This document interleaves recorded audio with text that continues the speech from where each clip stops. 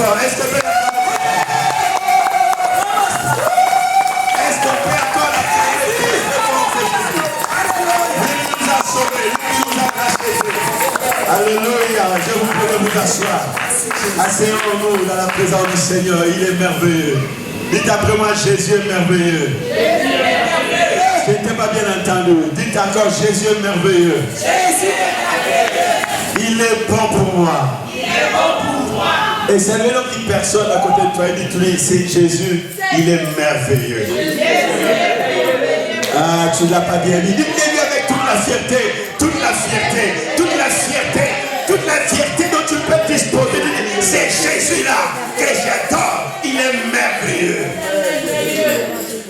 Nul n'est comme lui, il n'a pas de semblable. Amen. Laissez-moi te le dire.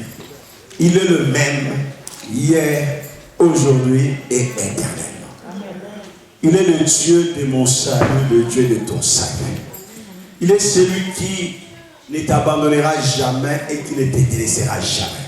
Amen. Il est celui qui sera avec toi dans tes souffrances et dans tes moments de joie. Amen. Il est celui qui te prendra de la terre, du fumier. Celui qui te prendra de la boue et qui te fera un nom. Amen. Voilà pourquoi vous entendrez qu'il est dit, c'est lui qui rend les noms grands. Alléluia. Je dis à quelqu'un, c'est lui qui donnera de la valeur à ton nom. Amen. Est-ce que tu m'as bien entendu? Amen. Même si ton nom, les gens les bafouent. Même si ton nom, les gens le méprisent. Lui, il prendra ton nom et il rendra ses noms grands. Il va les revaloriser. Dites, mon nom, Dieu les rendra grands. Mon nom, Dieu le rendra grand. Alléluia. Et je veux que tu puisses encore répéter après moi en disant, il est le Dieu qui me retire de la boue et qui me donne une place parmi les grands. Et je veux dire à quelqu'un, tu es une grande personne. Amen. Alléluia. Amen. Tu es une grande personne. Amen. Tu n'es pas une moindre personne. Amen. Ne te méprise pas. Ne te minimise pas. Parce que celui qui t'a pris dans la boue où tu étais, son nom c'est Jésus. Amen. Et la Bible dit, c'est parce que tu t'attends en disant, ouais, il rendra mon nom grand, il me donnera une place parmi les grands. Il faut que nécessairement dans la société qu'on me voit grand. Non, bien aimé, tu deviendras grand parce que tu es déjà devenu grand en Jésus-Christ. Oui, déjà, il nous a donné une place parmi les grands. Parce que qui donc est le grand de grands? C'est lui, Jésus. Amen. Et la Bible dit, Dieu nous a fait asseoir ensemble avec lui, Jésus, dans le lieu céleste. Au-dessus de quoi? De toute autorité, toute domination, de tout nom qui peut se nommer, non seulement dans ce siècle, mais aussi dans le siècle à venir. Et tu peux acclamer le Seigneur pour cela. Parce qu'il a déjà fait le fait de moi quelqu'un de grand. Alors, tu n'as pas besoin de te prendre comme une petite personne, comme une moindre personne, parce que tout simplement, tu n'as pas encore ce que les autres ont. Ils les ont parce que leur temps de les avoir est arrivé. Mais toi aussi, ton temps viendra où tu auras les tiens, ta part. Parce que tu fais part de la grandeur de Dieu en Jésus-Christ. Donc n'ayez pas peur. Amen. Amen. Tu n'es pas une moindre personne. Dites-le à quelqu'un, je ne suis pas moi que tu vois là une moindre personne. Tu l'as pas bien dit. Répète-le encore lui. Tel que je me vois là, je ne suis pas une moindre personne. Alors ne me méprise pas. Ne me dénigre pas. Parce que les lendemains, tu ne les connais pas. Mais Dieu connaît mon lendemain.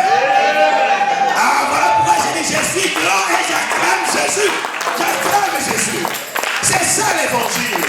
Être en Christ, avoir le jeu fixé sur Christ et compter sur Jésus-Christ. Qu'il soit toute une armée qui s'élève contre toi, n'ayez pas peur. Parce qu'avec ton Dieu, avec mon Dieu, qui se nomme Jésus, nous les taillerons en pièces. Amen.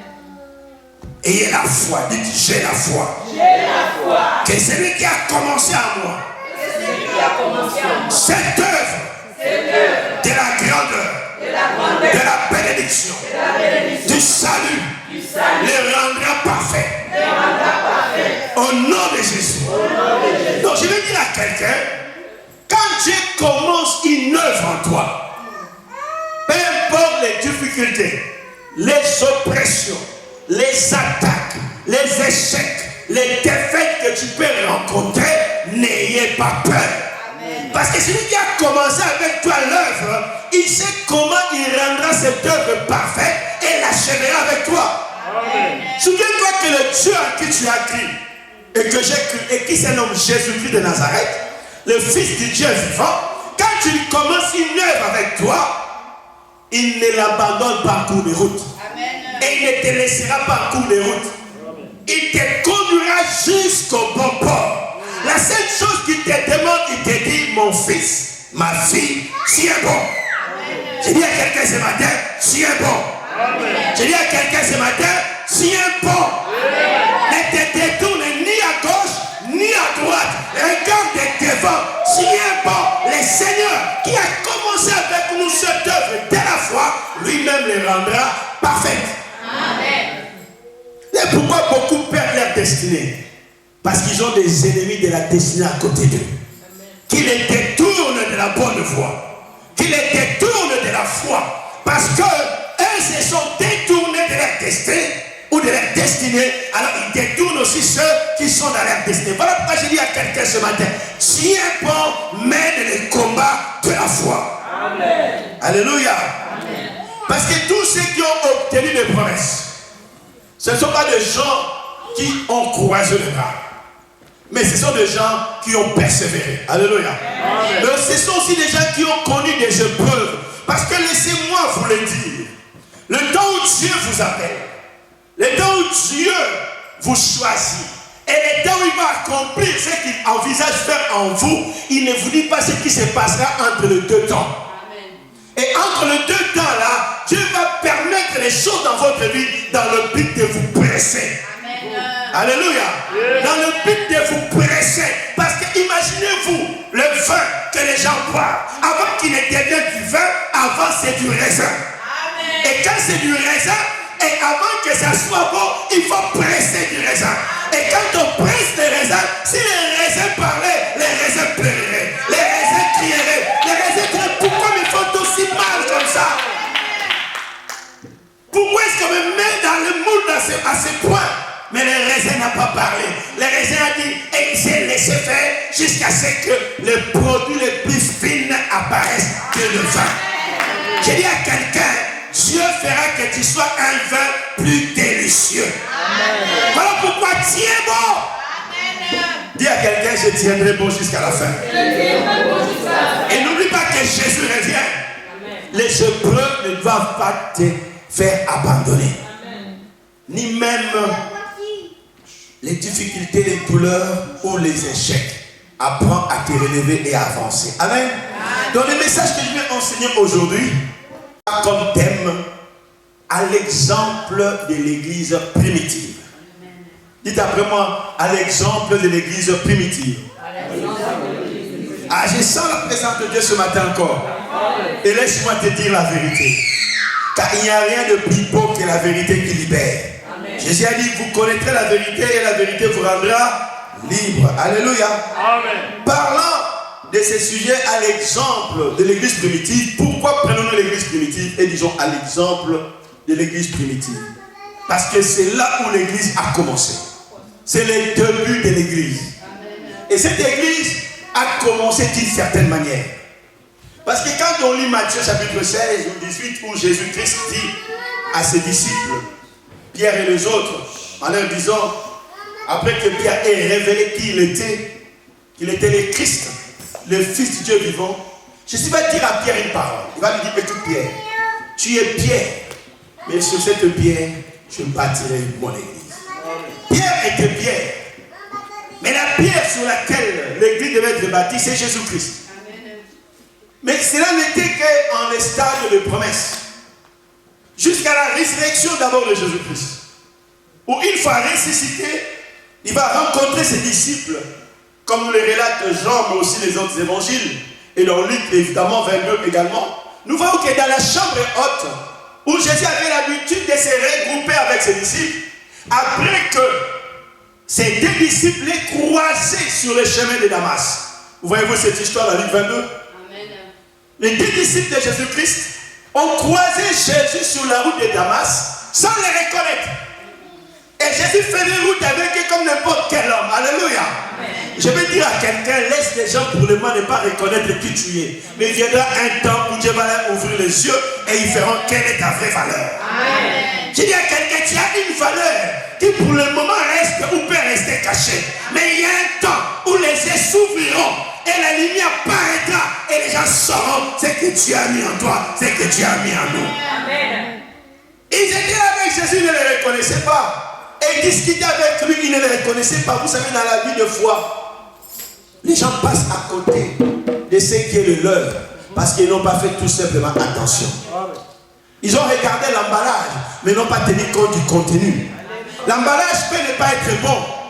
L'emballage peut être rejetable ou méprisable, mais le contenu est le plus important. Parce que le contenu peut être ce qui va changer votre vie. Amen. Voilà pourquoi ne vous fiez pas à l'emballage des choses, mais restez un homme ou une femme de l'esprit pour savoir quel est le contenu de cet emballage-là. Est-ce que quelqu'un m'écoute ce matin? Amen. Il marchait avec Jésus-Christ. Il discutait avec lui et évidemment même des choses qui s'étaient passées à Jérusalem. Au sujet de qui? Au sujet de ce même Jésus qui marchait avec eux. Ils diront même à Jésus, tu es le seul qui à Jérusalem ne sait pas ce qui s'est passé ici. Jésus fera semblant. Au sujet de qui? Cet homme dont on appelle Jésus-Christ.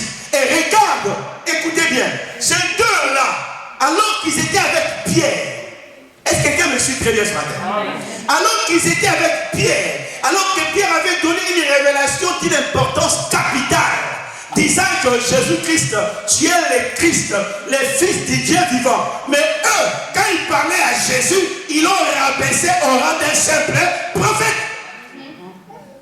Alors qu'ils étaient avec lui, voilà pourquoi certaines personnes à la vie vous rabaisseront dans le rang le plus bas. Mais Dieu, lui, il sait le rang dans lequel vous êtes. Amen. Et les autres qui vous regarderont, non pas seulement quelqu'un de rang plus bas, mais quelqu'un que Dieu a honoré, ils recevront la bénédiction de votre vie. Amen. Alors qu'est-ce qui s'est passé? Ils ont dit, tu es le seul qui a journé, ne sais-tu pas ce qui s'est passé au sujet de ce Jésus-Christ qui était, alléluia, amen, qui était, donc dans le passé, qui était un prophète puissant en parole et en action devant Dieu et devant les gens. Il reconnaissait que devant Dieu et devant les gens, ce Jésus-là était un prophète puissant en parole et en œuvre. Mais ils avaient oublié que celui qu'ils qualifiaient de prophète était en réalité le Fils de Dieu. Voilà pourquoi beaucoup dans le monde sont encore dans cet aveuglement. Ils prennent Jésus comme un simple prophète parmi tant d'autres. Mais je tiens à dire à l'église, Jésus n'est pas un simple prophète. Il est plus qu'un prophète. Il est plus qu'un apôtre. Il est plus qu'un pasteur. Il est plus qu'un évangéliste. Il est plus qu'un docteur. Il est le Fils du Dieu vivant. Amen. Et si vous n'avez pas cette révélation-là, vous êtes un chrétien le plus malheureux. Alors qu'il marchait avec lui, alors Jésus faisait semblant de continuer la route. Il lui demandait d'aller avec eux. Et Jésus les suivit. Ils entraient dans le lieu qu'ils avaient l'habitude de se retrouver. Et là, alors que les choses se produisent, ils ont vu Jésus prendre le pain comme il le faisait avec eux. Et alors leurs yeux s'ouvrirent. Quand leurs yeux s'ouvrirent, alors ils reconnurent que c'était Jésus. Alléluia. Amen. Je dis à quelqu'un, le temps viendra où les gens vont avoir ta vraie révélation. Amen. Voilà pourquoi dans la vie, ne désespère pas. Et ne te tracasse pas que certaines personnes ne reconnaissent pas ta valeur, ou t'abandonnent, ou te méprisent, ou te rejettent, ou te jugent mal.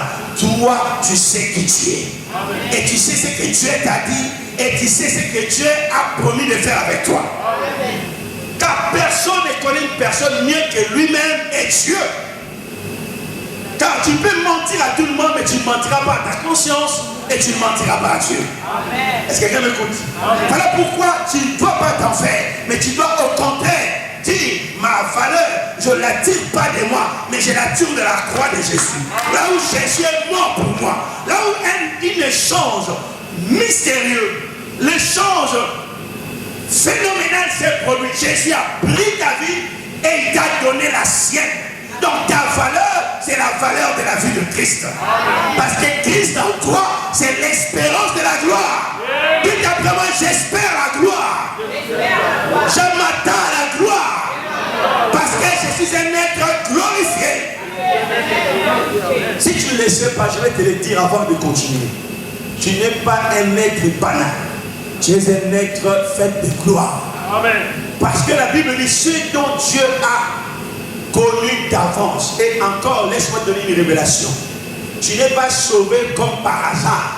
Tu es sauvé parce que Dieu t'avait connu avant que tu ne sois né. Amen. Alors que tu étais encore dans le sein de ta mère, Dieu t'avait déjà choisi. Amen. Dieu t'avait déjà prédestiné. Amen. Et une fois que tu es né, Dieu a entendu juste le temps où la grâce allait te toucher pour que tu acceptes Jésus. Mais à quoi Dieu t'a préparé? À quoi il t'a destiné? À la justification. Amen. Et à la gloire. Voilà pourquoi il dit, ceux dont tu l'as appelé, il les a aussi glorifiés. Dites, j'ai été glorifié par Dieu. Donc tu es un être fait de gloire. Il a les yeux sur lui. Il reconnut qu'il était Jésus. Et Jésus-Christ, après avoir mangé avec eux, il le bénit. Et après qu'il les ait bénis, il souffla sur eux en leur disant, comme Jean le dit, recevez l'Esprit. Et quand il leur a dit recevez l'Esprit, c'est là où les choses ont commencé. Les choses ont commencé. Tant qu'il n'avait pas encore reçu l'Esprit, il restait que là, dans la peur. Il restait que là, dans la cachette. Il n'avait pas le choix de sortir. Mais là, quelque chose s'est produit. Souvenez-vous qu'avant, ils avaient dit à Jésus une chose. Seigneur, enseigne-nous à prier. Vous vous souvenez ça? Ils avaient dit, Seigneur, enseigne-nous à prier comme Jean l'a enseigné à ses disciples. Amen. Et Jésus leur avait dit, comme a prié, quand vous prierez, dites, Père, qui es aux cieux, que ton nom soit sanctifié, que ton règne vienne, que ta volonté se fasse sur la terre comme au ciel. Alléluia. Donne-nous notre pain quotidien. Et vous connaissez la suite de cette prière. Ne nous induis pas en tentation, mais délivre-nous du mal. Car c'est à toi qu'appartient dans tous les siècles le règne, la puissance. Alléluia. Donc Jésus leur a montré le chemin de la prière. Et là, ces jours-là, dans la chambre, il souffla sur eux et leur dit, recevez l'Esprit. Et Jésus leur a dit encore, attendez ici jusqu'à ce que vous recevez ce que le Père avait promis. Qu'est-ce que donc le Père avait promis? Le Père avait promis que l'Esprit viendra sur eux et ils deviendront de disciples. Actes chapitre 1 verset 8. Vous recevrez une puissance. Le Saint-Esprit surviendra sur vous et vous serez mes disciples. Donc vous remarquez que Jésus souffla sur eux. Il reçut l'Esprit. Mais il leur dit, attendez ici à Jérusalem. Quelque chose d'autre viendra. Non seulement que vous avez reçu l'Esprit, mais l'Esprit viendra reposer sur vous. Dites que l'Esprit vienne se reposer sur moi. Je t'entends pas te dire que le Saint-Esprit vienne se reposer sur moi. Je vais vous dire la vérité. Il y a des choses qui se produisent. Quand l'Esprit vient en vous et quand l'Esprit vient sur vous. Quand l'Esprit vient en vous, c'est pour confirmer votre identité de fils de Dieu, de filles de Dieu. Mais quand elle vient sur vous, en vous, il confirme, il témoigne qui vous êtes, qui nous sommes, qui je suis, enfant de Dieu, sauvé par la grâce, justifié par le sang, héritier des promesses de Dieu. Mais quand il vient sur nous, il nous donne la puissance d'affirmer qui nous sommes et qui est celui en qui nous avons cru. Amen. Et c'est ce qui manque souvent à l'église. D'affirmer qui nous sommes et qui, celui en qui nous avons cru, qui est-il. Alors ce jour-là dans Actes chapitre 2, maintenant le moment est venu.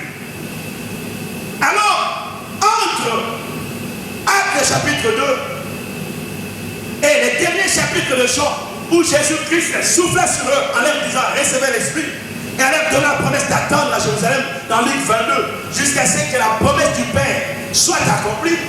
Il s'est passé quelque chose dans Actes chapitre 1, verset 14. Dites Actes 1, 14. Qu'est-ce que la Bible nous dit? Alors dans Actes chapitre 1, verset 14, que le Seigneur bénisse sa parole. Actes chapitre 1, le verset 14. La Bible dit quelque chose d'important que l'Église néglige aujourd'hui. Oh, c'est cela qui fait l'histoire et qui peut changer toutes choses. La Bible dit ceci. Tous, d'un commun accord, dites d'un commun accord, persévérer dans la prière, afin que les femmes et Marie, mère de Jésus, et avec le frère de Jésus. Alléluia. Posons-nous la question. Que faisaient-ils donc? Ils étaient dans deux attitudes. L'attitude première plutôt de l'accord. Ils étaient en accord. Alléluia. Tous ils étaient en accord. Tous étaient en d'autres termes, on dirait en communion. Tous étaient ou regardaient dans la même direction. Tous croyaient en la même chose. Tous s'attendaient à voir la même chose arriver. Voilà être en accord. Eh bien, ils étaient tous en accord. Et que faisaient-ils dans ces communs accords?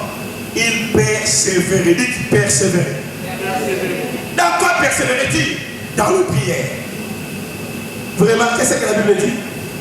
Entre le temps où ils ont reçu l'Esprit quand Jésus soufflait sur eux, et le temps où l'Esprit est venu sur eux, il y a quelque chose qu'ils faisaient d'un accord, d'un même accord. C'est la persévérance dans les prières. Écoutez-moi, je vais te dire une vérité. L'Église primitive nous donne l'exemple que nous ne pouvons rien recevoir de Dieu de grand. Nous ne pouvons pas non plus impacter ni influencer ce monde qui est hostile à Dieu et qui est hostile au saints si nous ne nous mettons pas en accord dans les prières. Et si nous ne persévérons pas dans les prières. Vous savez les problèmes de l'Église et de beaucoup d'enfants de Dieu aujourd'hui.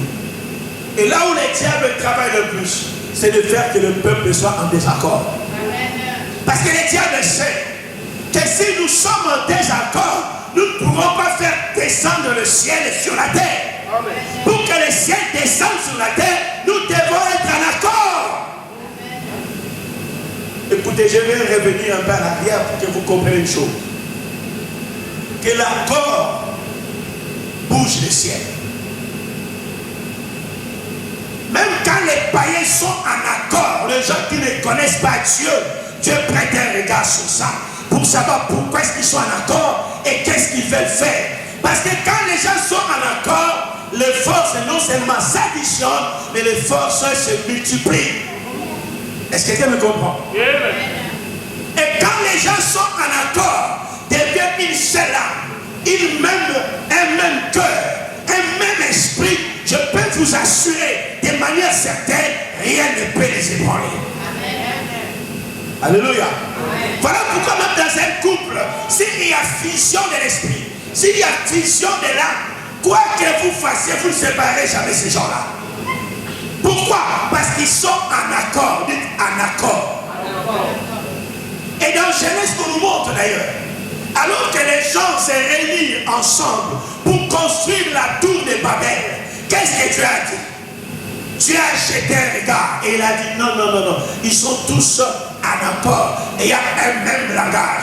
Et il y a de mêmes pensées, le même sentiment, le même but. Ce qu'ils ont résolu de faire, rien ne les empêcherait de le faire. Alors, puisque c'est un accord qui est dans le mal, il faut que je descende et que je les disperse. Écoutez, Dieu disperse les gens quand ils sont en accord pour faire le mal. Mais quand ils sont en accord pour faire le bien, Dieu vient le bénir. Est-ce qu'on comprend cela? C'est la loi, c'est une loi, c'est un principe spirituel. Et là, ils étaient en accord. Ils priaient, ils persévéraient, ils attendaient à voir Dieu accomplir ce qu'il avait promis. Et dans Acte 2, le miracle s'est produit. Le surnaturel est arrivé. La Bible dit, alors qu'ils étaient dans la chambre haute, un visiteur est venu les visiter. Et ces visiteurs, je lève ma main et je déclare qu'ils viennent visiter notre église, et qu'ils viennent visiter ta vie, et qu'ils viennent visiter nos maisons, et qu'ils demeurent avec nous comme Jésus a promis, et que les choses changent au nom de Jésus. Ces visiteurs, c'est le Saint-Esprit. Dites le Saint-Esprit. Dites le Saint-Esprit. Lui, non seulement l'architecte, mais lui, le bâtisseur de l'église. Lui que Jésus a mandaté, après avoir fait les plans de l'église, il dit, va, construis-moi cette église-là. Or, l'église, avant toute chose, ce n'est pas la communauté des gens, mais c'est toi. Je vais dire à quelqu'un, Dieu va construire ta vie. Amen. Jésus va construire ta vie. Le Saint-Esprit va construire ta vie. Même si les gens ont défait ta vie, ont défait ta vie, ont défait ta situation, Jésus-Christ va te reconstruire par le Saint-Esprit. N'aie pas peur en disant que c'est fini. J'ai déjà fait trop de mal. Personne n'a fait trop de mal que l'autre. Tant que tu es encore en vie et que Jésus n'est pas revenu, le Saint-Esprit, le restaurateur, va restaurer ta vie. Amen. Je dis à quelqu'un, Dieu va te restaurer. Amen. Et Dieu va te construire. Amen. Il va t'édifier. Il va te bâtir. Amen. Et il va te positionner. Amen. Je lève ma main, je déclare qu'il en soit ainsi au nom de Jésus-Christ. Reçois cela. Alléluia. Il y a des gens qui pensent que c'est fini. Il y a des gens qui pensent qu'ils ne pourront plus s'en sortir. Les gens qui pensent que Dieu ne peut plus rien faire pour eux. Je te dis, c'est les mensonges du diable. Dites, Satan, tu es un menteur. Encore plus fort, Satan, tu es un menteur. Encore plus fort, Satan, tu es un menteur. Jésus-Christ est Seigneur. Le Saint-Esprit est l'ami fidèle. Il construit ma vie au nom de Jésus. Alléluia. Et tu vas acclamer le Seigneur pour ça. J'ai envie de te dire de vérité ce matin. La croix, quand on fixe les regards sur Jésus, rien n'est impossible. Amen. Rien n'est impossible. Vous savez, il y a des gens qui disent que c'est trop tard. Je veux dire à quelqu'un, il n'y a pas de trop tard. Parce que si tu fixes les regards sur Jésus, même à 52 ans, tu peux avoir des enfants. Alléluia. Alléluia. Même à 60 ans, tu peux commencer une nouvelle vie. Tu peux encore rêver, voir les choses arriver. Parce que le problème, c'est quoi? Ce n'est pas l'homme qui fait, mais c'est Dieu qui fait, lui qui donne grâce à qui il veut. Et je lève ma main, je demande que la grâce de Dieu vienne sur ta vie. Vienne sur cette église. Vienne sur chacun de nous. Alléluia. Mais n'avez-vous pas vu des gens se marier juste avant de mourir? Et qui pensaient qu'ils ne se marieraient pas. Je dis à quelqu'un, un chien vivant vaut mieux qu'un lion mort. Et mon Rédempteur est vivant. Ton Rédempteur est vivant. Il s'élèvera les derniers. Alors ne craignez pas.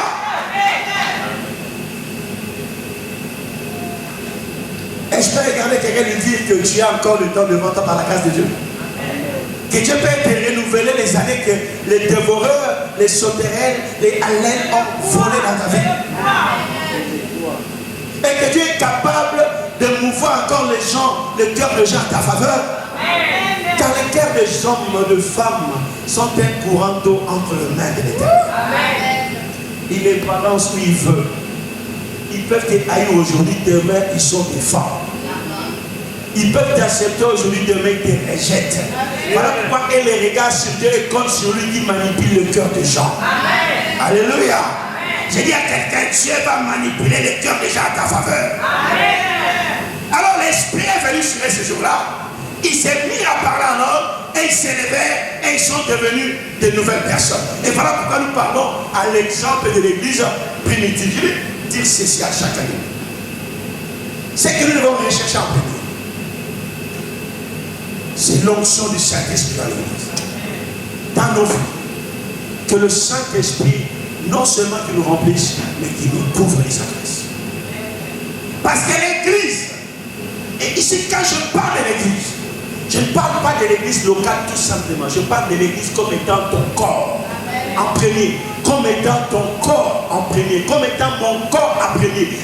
Parce que la Bible dit, nous sommes les temples du Saint-Esprit. Donc nous sommes l'église de Dieu en premier. Avant que le local, tel que nous nous rassemblons, soit l'église, d'abord c'est nous qui sommes l'église. Et voilà pourquoi l'église est puissante. Quand toi l'église, toi les temples, tu viens avec l'onction de l'esprit.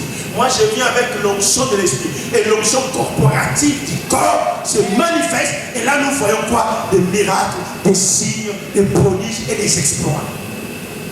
Est-ce que quelqu'un m'a compris dans cette vie? Et voilà pourquoi la première des choses comme à l'église primitive, c'est que nous devons chercher, c'est que nous devons aspirer, c'est l'onction du Saint-Esprit sur nous. La couverture du Saint-Esprit. Parce qu'il y a des choses. L'Esprit en vous, en moi, nous conduit. L'Esprit sur nous, nous donne la capacité de faire. Qui crée donc en nous le vouloir et le faire? C'est Dieu. L'Esprit en nous nous donne le vouloir, les désirs. Voilà pourquoi des fois tu as envie de prier, tu as envie de jeûner, tu as envie de faire une chose. Parce que l'Esprit, quand il est en toi, il crée en toi ses désirs. Parce qu'il comprend l'appel de Dieu pour toi. Mais pour que tu aies la capacité de le faire, ce qu'on appelle le faire, l'action, les moyens de le faire, il faut que sa puissance vienne sur toi. Parce que quand la puissance de l'Esprit vient sur toi, elle a comme mission de briser les jougs de l'ennemi. De briser les jougs de l'ennemi. Vous savez, souvent les problèmes de l'église aussi, c'est que les gens pensent qu'il n'y a que le pasteur qui a besoin d'onction. Non, l'onction se manifeste dans différents domaines de la vie. Et dans chaque domaine de ta vie, tu as besoin de l'onction. C'est du revêtement de l'esprit. Dans les mariages, il y a une onction de mariage. Dans le travail, il y a une onction de travail. Dans les études, il y a une onction des études. La Bible dit ceci de Daniel, Meshach, Abednego et tout ce qui est avec lui là. Elle me dit ceci. Dieu leur avait donné une onction spéciale d'intelligence dans les lettres et dans les sciences. Alléluia. Cela venait de quoi? De l'onction du Saint-Esprit sur eux. Pourquoi? Parce que dès le départ, ils ont cherché Dieu dans le jeûne de prière de 10 jours pour qu'il ne soit pas confondu avec les autres. Je veux dire à quelqu'un, l'onction de Dieu sur toi fera de toi quelqu'un d'exceptionnel dans ton domaine. Amen. Donc, comme l'église primitive, pour que nous soyons efficaces, nous soyons efficients pour Dieu, nous devons chercher la couverture de l'esprit. Et ce matin, je lève ma main dans le nom de Jésus. Je prie que les ciels soient ouverts dans cette église et que la couverture de l'esprit vienne sur nous. Au nom de Jésus-Christ. Voilà pourquoi je parle comme à l'exemple de l'église primitive. Alléluia. Amen. Les recherchons pas autre chose. Il y a des gens qui recherchent l'argent. Je vais vous dire une chose, l'argent c'est bien, mais l'argent on ne la cherche pas. L'argent ne s'est pas enfoui. L'argent est là. Si vous la cherchez, vous n'aurez plus de temps pour Dieu. Mais si vous cherchez Dieu, l'argent viendra à vous. Je vais vous expliquer une chose. Ce que vous devenez, c'est ce qui fera que vous obtenez. Quelqu'un a compris ce que je dis? Il faut d'abord devenir. Il faut d'abord atteindre vous-même dans le niveau spirituel, dans le niveau mental, dans le niveau psychique, dans le niveau spirituel, un niveau qui donnera une position à votre vie et qui fera que l'argent vienne à vous. C'est-à-dire que les opportunités, les occasions viennent à vous. Amen. Je prends un exemple. Si juste dans quelque chose que vous savez faire, vous commencez à exceller, les gens viendront solliciter votre faveur. Amen. Dans les études, si vous n'avez aucune qualification, vous avez moins de chances d'obtenir de bons boulots. Mais si vous devenez par exemple dans la formation, quelqu'un qui est maître dans la comptabilité. Quand vous irez quelque part, les gens vous réclameront parce qu'ils diront, on a besoin de gens qui ont votre qualification. Voilà pourquoi ce que vous devenez d'abord, c'est ce qui va faire que ce que vous voulez vienne à vous. Mais si vous courez auprès de ce que vous cherchez sans devenir d'abord vous-même, vous ne l'aurez pas, il s'enfuira toujours loin de vous. Devenez d'abord, soit par la formation, devenez d'abord, soit par votre enracinement en Jésus et la compréhension des connaissances, des principes spirituels, et alors vous verrez Dieu dire ceci. Il ordonnera. Alléluia. Et je peux dire à quelqu'un ce matin, Dieu a dit, j'ordonnerai à la bénédiction de te suivre. Dieu n'a pas dit que c'est toi qui suivrais la bénédiction, mais la bénédiction va te suivre. Je lève ma main, je déclare ce matin, au nom de Jésus, que la bénédiction te suive, que la bénédiction me suive. Dieu n'a pas dit que c'est toi qui vas courir derrière ça. Comment est-ce qu'aujourd'hui, il y a des familles brisées? Parce que les maris travaillent du matin au soir. Salut, ils travaillent des boulots. Le matin, ils bossent jusqu'à 17h. Les soirs, ils commencent à 20h jusqu'à minuit ou 1h. Quand est-ce qu'il aura le temps pour sa famille? Alléluia. Amen. Et les familles sont brisées. Je n'ai pas dit que ceux qui les font mal. Parce qu'ils disent qu'ils veulent gagner la vie. Mais ce n'est pas gagner la vie. Ça, c'est une malédiction. Alléluia. La bénédiction, la Bible dit, elle ne se fait accompagner d'aucun chagrin. Et je parle à quelqu'un. Je retourne à mon message après avoir ouvert cette parenthèse. Est-ce que quelqu'un me comprend parfaitement ça? Donc tu dois chercher à devenir. Et tu peux le devenir. Et l'église ne peut le devenir que grâce à l'assistance du Saint-Esprit. Et la deuxième chose importante que je veux que nous comprenions avant que nous allions à la fin de notre message. Parce que je suis encore au milieu. Alléluia. Amen. Répète avec moi, comme à l'exemple de l'église primitive. Non, à l'exemple de l'église primitive. Qu'est-ce que l'église primitive a fait? Une fois que l'Esprit est venu sur eux. La Bible nous dit, là où nous allons lire maintenant, Actes chapitre 2, à partir du verset 30. Attendez, Actes chapitre 2. À partir du verset 40. Actes chapitre 2, à partir du verset 40. Est-ce que vous êtes avec moi ce matin? Amen. Gloire à Dieu. Prends ta Bible. Je veux que tu lises avec moi dans ta Bible. Je veux que tous les regards ici, tu poses ton regard sur la parole.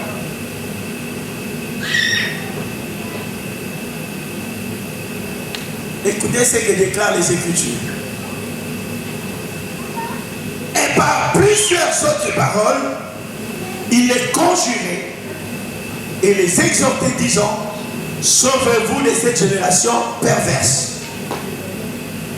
Et regarde l'aube maintenant du problème. Ceux qui acceptèrent sa parole furent baptisés. Et en ces jours-là, le nombre de disciples s'augmenta d'environ 3000 âmes. Ils persévéraient dans l'enseignement des apôtres, ça c'est de 1, dans la communion fraternelle de 2, dans la fraction du pain de 3 et 4, dans les prières. La crainte s'emparait de chacun et il se faisait beaucoup de prodiges et de miracles par les apôtres. Est-ce qu'on peut acclamer la parole vivante de notre Jésus? J'ai conclu par ces versets 44. Tous ceux qui croyaient étaient dans le même lieu et qu'ils avaient tout en commun. Expliquons maintenant ces Écritures. Alléluia. Amen. Tu peux fermer la Bible et me donner ton attention ce matin. Est-ce qu'il y a quelqu'un qui est déjà béni ce matin? Amen. Dis à la personne à côté de toi, je suis béni dans la connaissance de la parole de Dieu. La Bible dit, après que l'Esprit soit venu sur les apôtres, et tous ceux qui étaient avec eux dans la chambre haute en train de prier, d'un commun accord, d'un commun accord. Saint-Esprit soit venu sur eux. Pierre s'est levé. Pierre a prêché la parole de Dieu. Et alors que Pierre a prêché la parole a eu un tel impact que 3000 âmes s'est converties. Alléluia. 3000 personnes dans une prédication s'est converties. Mais c'était le résultat de quoi? D'un commun accord dans la persévérance, dans la prière. Malheureusement aujourd'hui, alléluia, nous ne trouvons pas de commun accord même dans la prière. Est-ce que quelqu'un me comprend? Amen. Les gens sont devenus tellement méchants que vous pouvez être ensemble avec lui en train de prier et vous donner un sujet, mais lui n'est pas en accord avec vous, il prie pour autre chose. Amen. Alléluia. Amen. Vous pensez qu'il prie avec vous, mais il ne prie pas avec vous. Lui, c'est autre chose qui l'intéresse. Il n'est pas dans ces sujets-là. Ça ne l'intéresse pas. Il y a que son intérêt qui prime à lui. Est-ce que quelqu'un me comprend? Et après, ils diront, nous prions, nous ne voyons pas de résultats. As-tu réellement prié d'un commun accord avec l'autre ou pas? Quelqu'un m'a écouté ou pas? Est-ce que quelqu'un m'a écouté ou pas? Avant de dire quelque chose, pose-toi la question. Est-ce que j'ai été en accord avec mon frère, en accord avec ma soeur dans ce que nous faisons? Ici, la Bible dit, après qu'il soit en accord et qu'ils aient prié, l'Esprit est venu. L'apôtre Pierre s'est levé. Il a parlé. Et quand il a parlé, qu'est-ce qui s'est passé? 3000 âmes s'est converties. 3000. Et quand 3000 s'est convertis, le Saint-Esprit les a ajoutés dans l'église.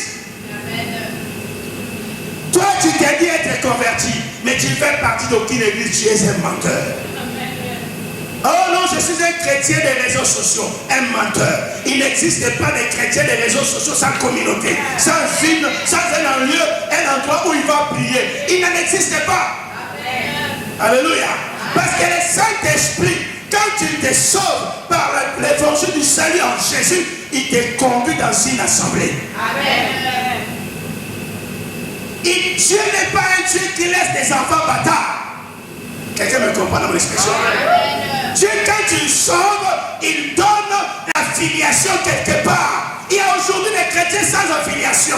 Non, il n'en existe pas. Ce sont des entre guillemets chrétiens. Et souvent sont des créateurs de problèmes.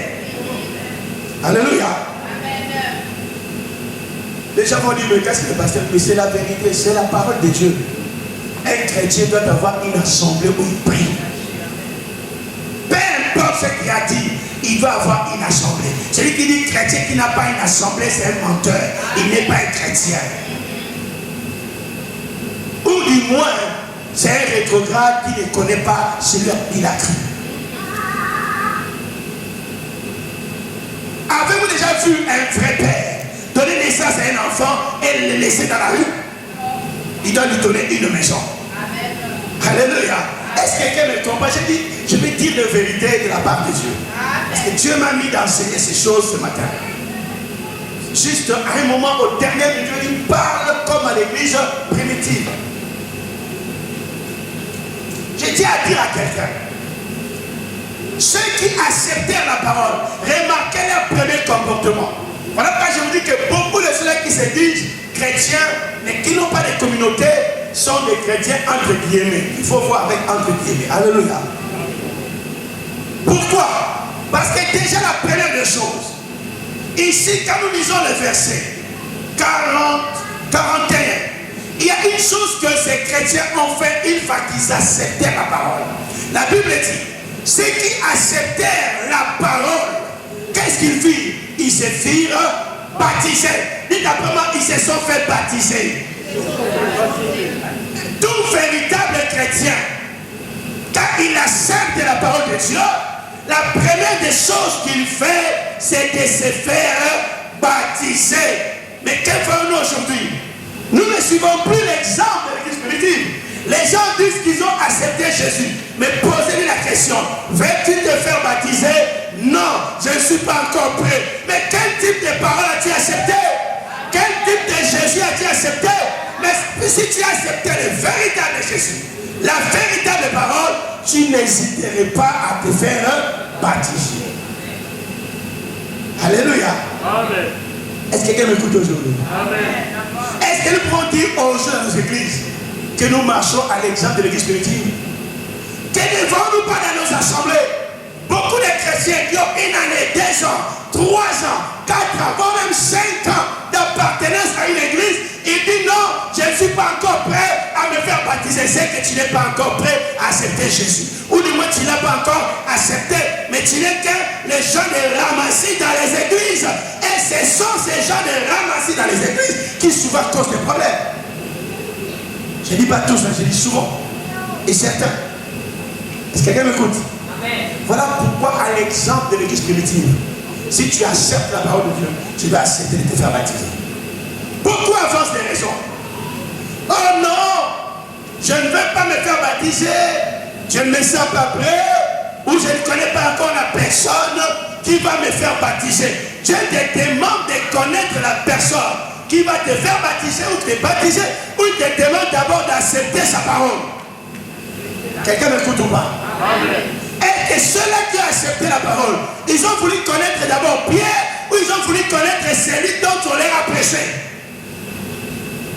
Dites-moi, qui est-ce qu'ils ont cherché à connaître d'abord? La parole, celui qu'on leur a présenté. On ne te baptise pas au nom d'un pasteur, on ne te baptise pas au nom de l'apôtre, on ne te baptise pas au nom de l'évêque ou d'un bishop ou archbishop, on te baptise au nom de Jésus. Tu n'acceptes pas la parole d'un homme, mais tu acceptes l'évangile de Jésus. Et comme à l'église primitive, quand on accepte la parole, on témoigne la parole par le jour du baptême. Vous savez pourquoi beaucoup disent aussi qu'ils ne sont pas prêts? Parce qu'ils n'ont pas compris le mystère du salut. Ils pensent que pour se faire baptiser, il faut avoir été parfait. Non, bien-aimé, tu n'as pas besoin d'être parfait pour être baptisé. Tu as besoin de croire que tu es un pécheur, de croire que Jésus est mort pour tes péchés, de croire que Jésus est ton sauveur, de l'accepter et de prendre la décision d'abandonner le péché et de témoigner ta foi en Jésus-Christ. Amen. Est-ce que quelqu'un m'écoute ce matin? Amen. Voilà pourquoi beaucoup de chrétiens aujourd'hui ne grandissent pas. Parce que l'évangile n'est plus prêché. Aujourd'hui, c'est les social qui est prêché. On prêche seulement les faits des sociétés. On prêche seulement les sorciers. On prêche seulement les magiciens. On prêche seulement les choses qui n'édifient pas dans le sens de christocentrique. Quelqu'un ne me comprend pas? L'évangile, c'est d'abord l'affaire de Christ Jésus. Amen. Alléluia. Amen. L'affaire de connaître une personne que Paul dit. J'ai cherché à connaître parmi vous personne d'autre que Jésus, Jésus-Christ crucifié. Tu ne viens pas à l'église pour connaître le pasteur. Tu ne viens pas à l'église pour connaître ta soeur, pour connaître ton frère. Tu viens à l'église pour chercher à connaître Jésus. Si tu viens pour chercher à connaître ton frère, tu trouveras que c'est un menteur. Si tu viens pour chercher à connaître ta soeur, tu trouveras que c'est un hypocrite. Mais si tu viens pour chercher à connaître Jésus, tu vas rester et tu seras transformé à l'image de Jésus-Christ. Est-ce que quelqu'un me comprend? Amen. Parce que laisse-moi te dire ce matin, ceux-là qui acceptaient la parole, à l'exemple de l'église primitive, la première des choses, ils se sont fait baptiser. Qu'est-ce que toi tu attends pour te faire baptiser? Alors que tu dis enfant de Dieu, alors dites la vérité, tu n'as pas encore accepté la parole. Tu suis la masse. J'ouvre une parenthèse. Il y a tellement de choses dans mon esprit maintenant qui arrivent par l'esprit. J'ouvre une parenthèse. Vous savez que beaucoup de gens étaient avec Jésus, mais ils touchaient Jésus, mais Jésus ne disait rien à l'esprit. Jusqu'à ce qu'une personne l'a touché comme il devrait être touché. Amen. Et Jésus s'est arrêté. Amen. Et Jésus s'est retourné. Amen. Parce que cette personne avait touché de la bonne manière. Amen. Alors que les autres n'étaient là que comme la foule qui entend. Et on a dit ceci, on a dit cela. Il était là, il avait fait ceci, il avait fait cela. Alors il ne pouvait pas toucher Jésus. Mais cette femme l'a touché avec une foi réelle. Amen. Et Jésus s'est arrêté. Vous connaissez l'histoire de la femme qui avait la perte de sang? C'est la femme qu'on avait mis en marge de la société. Parce qu'elle était impure. Écoutez, voilà pourquoi beaucoup de gens impurs seront les premiers. Beaucoup de ceux qui disent être purs seront les derniers. Amen. Alléluia. Amen. Écoutez. Alléluia. Amen. La Bible dit, Jésus dit, beaucoup de premiers seront les derniers. Et beaucoup de derniers seront les premiers. Voilà pourquoi bien aimé, juge encore personne. Toi qui crois être arrivé, tu ne sais pas si celui qui est après toi viendra plus vite que toi. Cette femme était là. Marginalisée. Mais elle a touché Jésus avec foi ferme en se disant, si j'arrive seulement à les toucher, si j'arrive seulement à les toucher, ma maladie disparaîtra. Je dis à quelqu'un ce matin, tu vas toucher Jésus. Amen. Et ton problème, tu verras la solution. Amen. Et la meilleure façon de la toucher, c'est par la foi. Est-ce que quelqu'un m'écoute très bien ce matin? Amen. Et il faut se faire baptiser. Je fais cette parenthèse parce que beaucoup sont là. Ils sont comme des ramassés dans les églises. Ils sont des ramassés. Alors, tu ne viens pas pour regarder la vie de l'autre. Tu ne viens pas pour connaître l'autre, mais tu viens pour connaître Jésus-Christ. Et si tu viens pour connaître Jésus, bien aimé, tu n'abandonneras jamais ton assemblée. Amen. Alléluia. Amen. Vous voulez que je vous dise une chose? Il y a des gens qui disent, je ne veux pas aller dans cette église parce que les frères sont des menteurs, les sœurs sont des gens qui aiment les commérages, ces gens-là sont des hypocrites, ces gens-là sont des voleurs, alors je n'irai pas. Bien aimé, tu as lu la Bible et tu as trouvé une église dont la Bible dit qu'elle était parfaite. Aucune. Et je vais encore te dire, dans ton travail où tu vas tous les matins, les gens avec qui tu vis ne sont pas des menteurs, ne sont pas des voleurs, ne sont pas, même ton patron de fatidique, il vous vole. Alléluia. Mais tous les matins, tu y vas là-bas parce que tu veux gagner de l'argent. Mais alors pour Jésus, tu trouves des excuses en disant, ces frères-là, c'est un menteur. Cette soeur-là, c'est un impédique. Non, je n'irai pas dans cette église. Ce n'est pas une raison. Tu es toi-même dans l'ignorance. Alléluia. Pourquoi je dis cela? Parce que toi, tu viens pour chercher à connaître la vie des autres. Au lieu de venir chercher à connaître Jésus-Christ. Alléluia. Amen. Et cette raison que tu donnes, elle est fausse. Parce que avant de dire cela, examine toi-même. Quand tu es au boulot, tu manges avec des gens que tu connais être de mauvaise vie. Tous les matins, tu es avec eux, tu ris avec eux, tu rigoles avec eux, tu sors avec eux, et des fois tu plaisantes avec eux, et même des fois tu mens avec eux. Quelqu'un m'écoute ou pas? Amen. Mais quand il est question de l'église, tu dis non, je n'irai pas là-bas. Cette sœur-là, c'est un choqueur. Ce frère-là, c'est un farceur. Alléluia. Amen. Et toi-même, ne vis-tu pas avec des farceurs? Ne vis-tu pas avec des hypocrites? Tu n'es pas derrière toi-même un hypocrite. Ces raisons sont fausses. Dites à quelqu'un, ce sont des fausses raisons. Alléluia. Amen. Alléluia.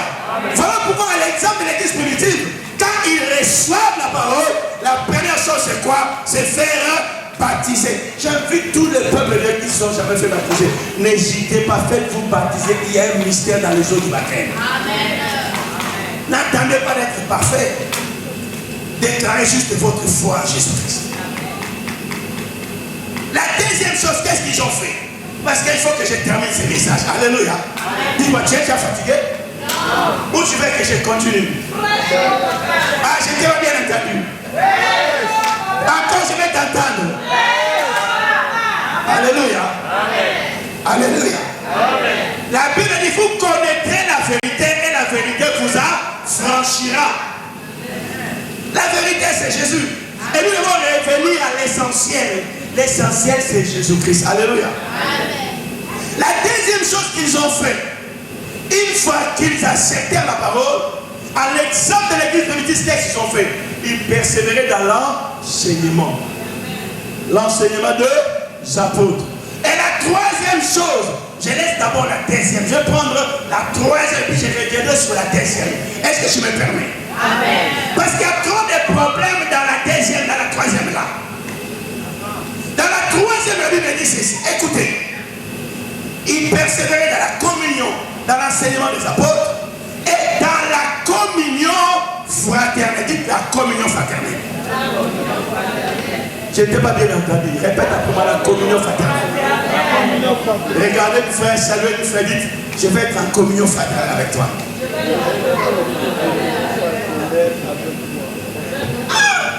Il y a des gens qui se saluent, qui ne se regardent même pas. Oh.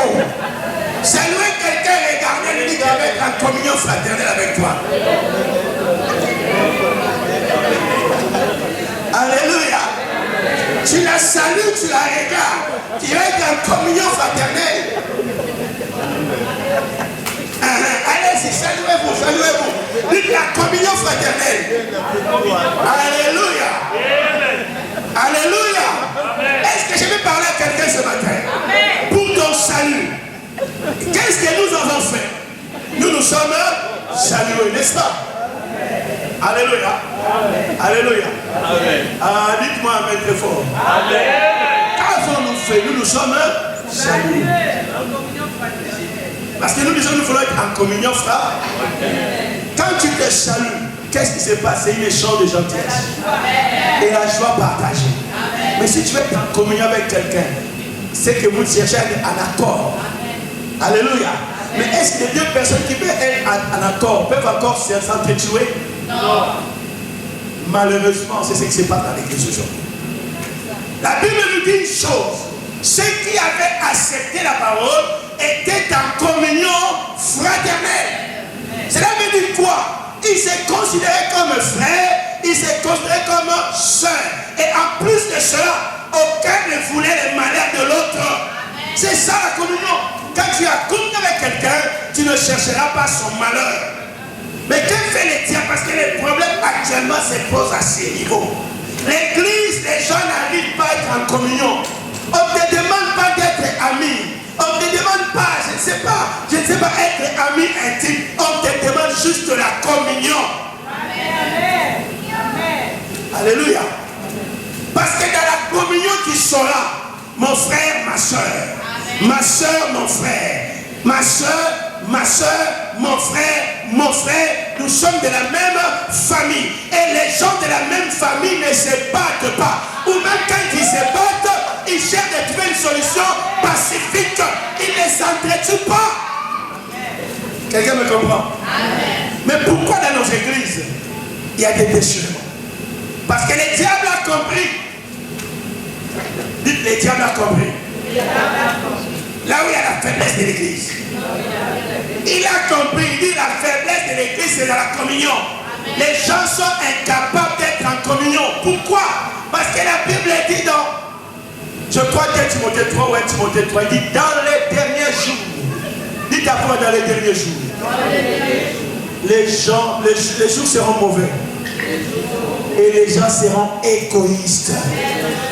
Vous savez pourquoi est-ce qu'il n'y a pas de communion dans les églises aujourd'hui? Parce que les gens sont devenus égoïstes. Chacun pour soi. Voilà pourquoi tu verras quelqu'un te saluer, mais en derrière ton deux cherche à te détruire.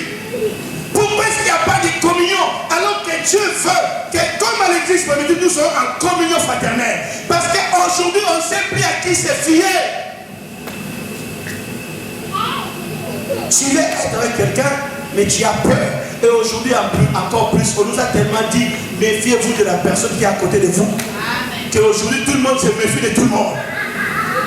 Je n'ai pas dit qu'il ne faut pas être brillant. Je n'ai pas dit qu'il ne faut pas faire attention. Mais je vous dis tout simplement, actuellement, les gens sont tellement devenus égoïstes, on ne sait pas qui est à côté de soi.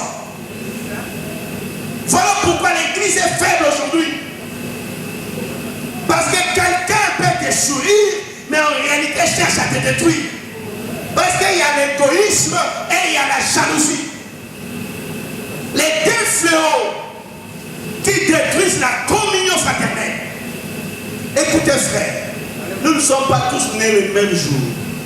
Nous ne sommes pas tous nés dans les mêmes hôpitaux, à la même heure ou sur un même lit. Ce qui veut dire que chacun a son jour, chacun a son heure, chacun a son temps. Et si l'autre est béni, ne jalouse pas l'autre, félicite de l'autre, accepte l'autre, et toi aussi Dieu te bénira à ton tour. Mais aujourd'hui les gens sont tellement égoïstes que quand ils voient un commencer à se prospérer, ils disent qu'est-ce que lui pense?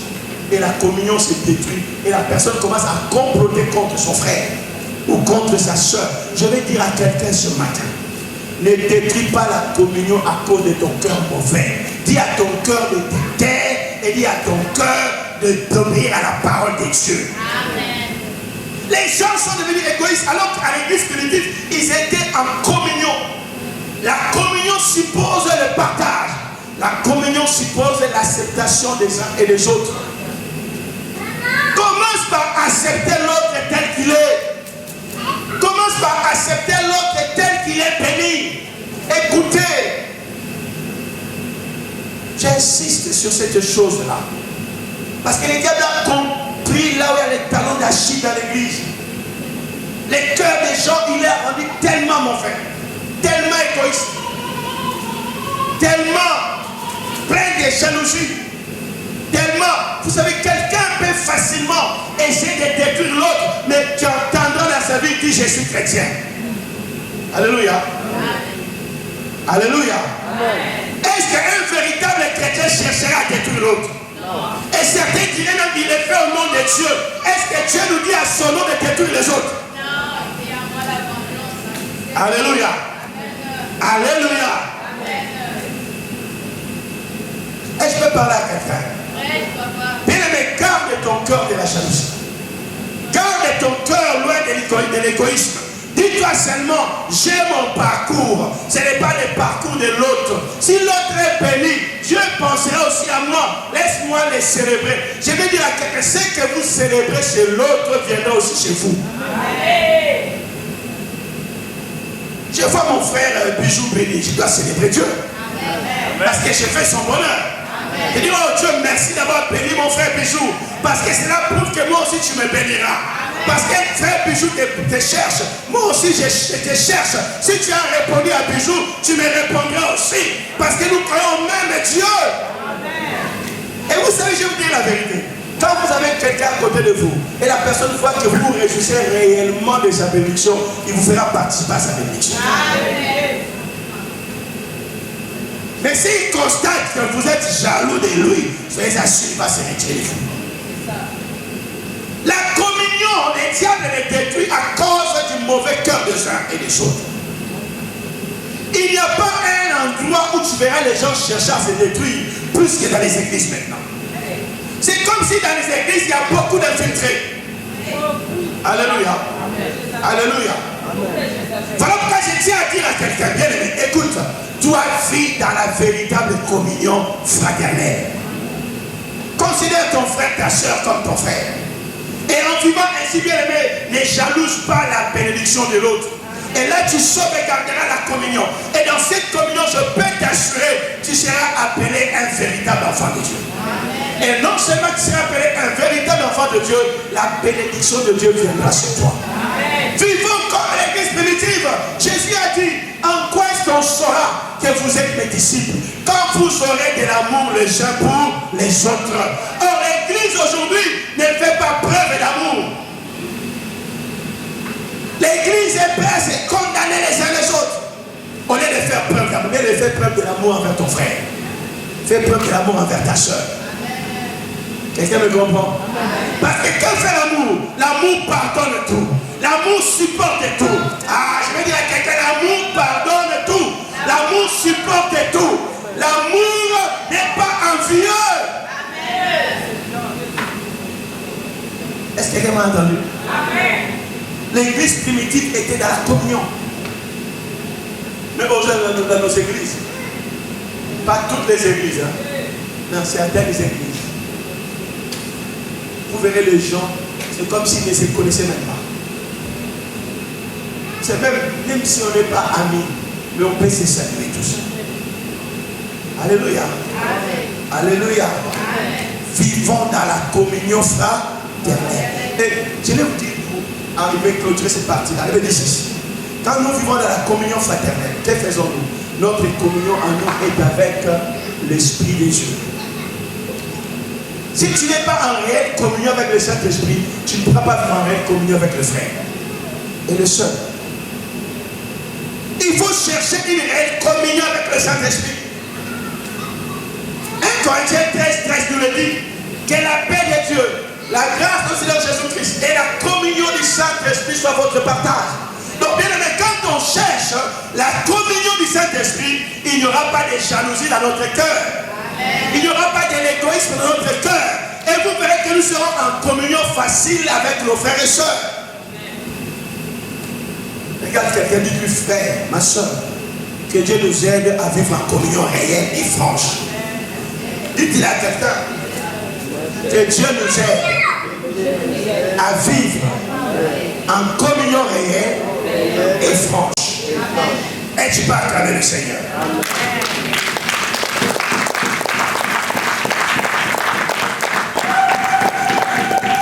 Il y a une chose qu'il faisait encore. Il persévérait dans leur prière. Dites à moi les prières. Encore les prières. Je vais dire à quelqu'un bien aimé, s'il y a une chose que tu ne dois pas négliger dans ta vie, ma soeur, c'est la prière. Mon frère, s'il y a une chose que tu ne dois pas négliger, c'est la prière. Je te le dis sincèrement, ne néglige pas la prière. Tu entendras les gens qui te diront, la sainteté va mieux que la prière. Ce sont des menteurs. Ce sont des menteurs. C'est pourquoi je te le dis. Parce que tu ne peux pas être saint et demeurer saint dans une vie de sainteté si tu ne pries pas. Quelqu'un ne me comprend pas? Amen. Alléluia. Amen. Alléluia. Amen. Les deux doivent marcher ensemble. Pourquoi le diable sait une chose? Je vais vous dire la vérité. Et je dis la vérité à quelqu'un. Tu peux être saint, mais le diable te mange. Amen. Ça peut être choqué, mais c'est la vérité. Tu peux être saint dans ta vie, mais le diable te mange. Pourquoi? Parce que tu ne pries pas. Alléluia. Amen. Vous direz, mais pas ce que tu dis, mais c'est la vérité, parce que le diable a la capacité de tuer le corps, mais il n'a pas la capacité de tuer l'âme. Vous me comprenez? Jésus a dit, craignez celui qui a la capacité de tuer l'âme et le corps, et non pas celui qui a la capacité de tuer que le corps. Tu peux être saint. Être saint te permet d'être dans la lignée avec Dieu. Mais prier, cela permet à Dieu de te remplir de son esprit, de te remplir de sa puissance et de te rendre fort pour que l'ennemi ne te touche pas. Amen. Alléluia. Amen. Voilà pourquoi tu dois associer les deux dans ta vie. Ne néglige pas la prière. Et ne rejette pas la sainteté. La sainteté, c'est ton identité. Dis, la sainteté, c'est mon identité. La prière, c'est ma respiration. La sainteté, c'est mon identité. La prière, c'est ma respiration. Quelqu'un m'a bien écouté? Parce que le diable sait une chose. Il sait que les gens qui prient et qui marchent dans la sainteté, il ne pourra pas lever la main sur eux. Alors, bien aimé, je te dis une chose, une église qui veut voir Dieu agir, cette église doit être ensemble dans la prière. Si nous voulons voir Dieu agir dans notre église, bien aimé, levons-nous tous dans la prière comme excellent. Mais malheureusement, contrairement à l'église primitive, que voyons-nous dans certaines églises? Quand il est question de la prière, que fait le diable? Il donne de multiples occupations aux gens pour que les gens ne viennent pas prier. Parce que le diable sait que quand les gens se réunissent et que les gens prient et qu'ils craignent Dieu, quand on lit ces textes, vous remarquerez une chose. Quand est-ce que la crainte de Dieu commençait à se manifester? Quand les gens se réunissaient et priaient ensemble. Qu'est-ce qui a fait que la crainte de Dieu se manifeste? La présence de Dieu qui venait sur eux. Bien aimé, tu peux dire que tu es chrétien, mais si tu n'as pas encore eu affaire à la vraie présence de Dieu, tu peux ne pas vivre dans la crainte de Dieu. C'est la présence de Dieu avec toi, cette conscience, qui te fera marcher dans la crainte de Dieu. Et tu comprends ce que je dis ou pas? La présence de Dieu, la conscience de cette présence, fera que toi-même tu vas rejeter certaines choses. Et cette conscience vient encore plus fort quand on est ensemble, quand on prie et que la gloire de Dieu se manifeste. Jésus a dit, pour clôturer, Jésus a dit, Jésus a dit une chose, retiens, ce sera les paroles de la clôture de cet enseignement. Jésus a dit une chose dans Luc chapitre 18, verset 1. La Bible dit, il leur donna cette parabole pour leur montrer qu'il faut toujours prier sans jamais se relâcher. Dites-moi, es-tu plus sage que Jésus? Non. Es-tu plus saint que Jésus? Non. Sommes-nous plus meilleurs que Jésus? Non. Lui, le Fils de Dieu, il nous dit qu'il donna une parabole pour dire aux siens, à ses disciples, qu'il ne faut jamais se relâcher dans la prière. Et Paul l'a répété, priez sans cesse. Je veux dire à quelqu'un, bien aimé, prie sans cesse. Amen. Priez sans cesse. Et ne néglige jamais les prières en groupe. Il y a des gens qui aiment prier en réseau, c'est bien. Mais prier en présentiel avec des gens avec toi. C'est le plus important. La concentration et la consécration que tu as quand tu pries en groupe avec les gens en présentiel n'est pas la même que quand tu pries en réseaux sociaux. Tu me comprends? Amen. Les réseaux sociaux, c'est une bonne chose, mais les réseaux sociaux est un danger qui a distrait beaucoup de fidèles. Voilà pourquoi tu verras aujourd'hui beaucoup ont des pasteurs des réseaux sociaux. Mais est-ce que ces pasteurs, vous les connaissez? Non. Alléluia. Vous ne les connaissez pas, vous ne pourrez pas les juger. Alléluia. Amen. Est-ce que quelqu'un le touche ce matin? Amen. Et quand vous aurez des problèmes, qui prendra soin de vous? La Bible dit ceci, et je vais vous le dire, la plupart de ceux-là qui refusent de prier en groupe, mais qui restent derrière leurs écrans, sont des gens qui refusent l'autorité. Amen. Et je parle à quelqu'un ce matin. Amen. Je veux que tu te lèves pour prier. Lève-toi, tu vas prier. Tu vas parler à Dieu. Je veux que bien tu mettes les choses en ordre dans ta vie. Que tu te dises qui viens-tu chercher dans l'église. Parce que ce matin, je veux que tu saches une chose. Dieu te connaît. Que tu saches une chose. Dieu veut te bénir. Que tu saches une chose. Que Dieu veut que tu vives à l'image ou à l'exemple de l'église primitive. Et pour vivre l'église à l'image de l'église primitive, suivez leurs exemples en regardant sur Christ et Jésus. Alléluia. En regardant comme modèle parfait, en regardant comme les consommateurs ou les rémunérateurs de notre foi, la personne de Jésus. Et dis-toi une chose, que mon temps arrive. Et comme mon temps arrive, je n'ai pas à regarder à gauche et à droite, je reste ferme dans ma foi et j'attends ce que Dieu va faire pour moi. Et bien, tu vas faire une prière libre, tel que l'Esprit va te conduire.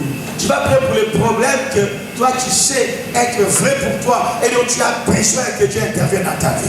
Lève ta main droite, juste ta main droite, juste ta main droite. Lève-le. Tu peux le lever haut, tu peux le lever bas, mais je veux que tu pries. Moi, je ne te ferai pas faire une prière aujourd'hui. Aussi, je veux que toi-même tu pries à Dieu. Tu parles à Dieu pour ta vie, pour ce que tu veux, pour ce que tu attends de lui, et aussi pour qu'il t'aide à mener une vie chrétienne qui ne s'attend pas seulement à ses promesses, mais qui recherche une communion avec lui. Commence à prier au nom de Jésus. Prions, bien-aimés, prions. Lève la voix, commence à prier. Merci Seigneur. Merci Jésus. Lève la main, commence à prier. Prie maintenant, prie plus fort, prie plus fort. Parle au Seigneur, parle au Seigneur, parle au Seigneur. Parle au Seigneur, parle, ouvre ta bouche, parle. Tu connais ta vie, tu as écouté la parole et parle au Seigneur maintenant.